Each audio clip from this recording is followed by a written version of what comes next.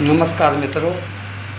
આ જિંદગીમાંથી પરેશાનીઓ આવે છે ને માણસને, પછી એ જામ એવો ઉલઝનમાં હોય છે કે એને કોઈ રસ્તો નથી દેખાતો કે હવે આ પરેશાનીઓ આ ઉલઝનું એટલું વધી ગયું છે એનું કાંઈ હલ થાય એનો રસ્તો નથી દેખાતો. પછી એ એમાં આવેશમાં આવી એ ગલત જિંદગીનો ફેસલો કરે છે.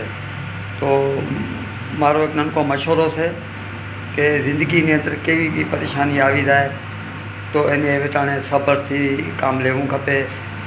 અમાને દુનિયામાં પેદા કર્યાવાળો ઈશ્વર છે અમારે ભરોસો રાખવો ખપે કે મારી પરેશાનીઓ આખર હલ થશે અને હું દૂર કરશે.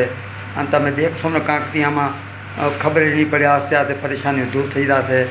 અહીં ઘરમાં એક ખુશાલી આવી જશે, પોતાની જિંદગીમાં એક મુસ્કુરાટ આવી જશે. જિંદગી હોશે ને તો ઇન્સાનના કઈ કાર્ય અધૂર્યા એ ક્યારેય બી પૂરો કરી શકે છે. એને કરે ઇન્સાનને માયુસ ન થવું ખપે. માયુસ એક બુઝદિલી છે અને હાલાતથી મુકાબલો કરવો ખપે.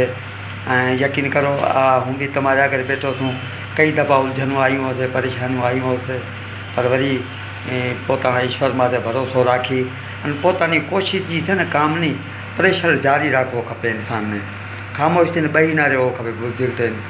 પછી જફાકશી કરવી ખપે. કરશે પરમાત્મા એના ઘરમાં વળી ખુશી આવી જશે, એની જિંદગીમાં એક મુસ્કુરાટ આવી જશે. વાત નાનકી છે પણ એનો રહસ્ય મોટો છે. કોઈ બી ઇન્સાન સારું. જય શ્રી રામ. દાસ માટે દાસ ફકીરો દેડો.